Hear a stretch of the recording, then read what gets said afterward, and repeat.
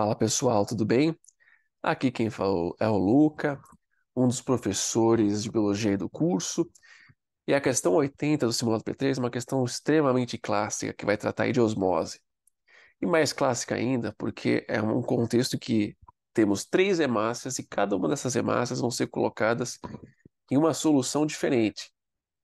Uma solução com mais solutos em relação ao citoplasma dela, uma solução em que vai ter quantidades de solutos iguais ao citoplasma e uma solução em que a quantidade de solutos é menor do que o citoplasma, tá? Então vamos entender o que está acontecendo aqui.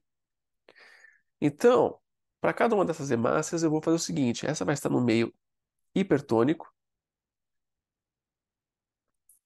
essa vai estar no meio isotônico e essa no meio hipotônico. Qual é a tendência da osmose no meio hipertônico? A tendência é que, uma vez o meio tendo mais solutos do que o citoplasma, uma concentração maior de solutos em relação ao citoplasma, é que a hemácia perca grande quantidade de água para o meio, ok? No caso de uma situação isotônica, não temos perda de volume, porque a quantidade de água que entra é igual à quantidade de água que sai. E no caso hipotônico, do meio hipotônico, uma vez a concentração de soluto sendo maior no citoplasma da hemácia, a tendência é que ela ganhe água do meio. Ok? E aí, na hora de nos referenciarmos, né, a essa situação, nós podemos pensar o seguinte: se o meio é hipertônico em relação à célula, a célula é hipotônica em relação ao meio. No caso de isotônico, o meio é isotônico em relação à célula e a célula é isotônica em relação ao meio, não muda.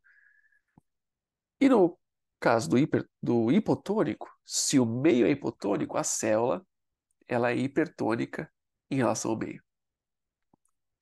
Então, com isso, já temos condições aí de responder o exercício. Até porque o que ele pergunta é a tonicidade do citoplasma. Ele quer saber o que está rolando no citoplasma. Então, na solução a hemácia 1 ela está ganhando água. Então, se ela está ganhando água, quer dizer que o citoplasma dela é hipertônico em relação ao meio. Na hemácia 2, nem perde nem ganha, não tem alteração do volume ao longo do tempo. Então, é um caso isotônico.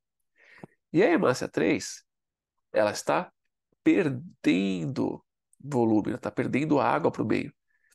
Então, o citoplasma da hemácia 3 é hipotônico em relação ao meio. E aí, com isso, pessoal, nós ficamos aí com a alternativa C, beleza?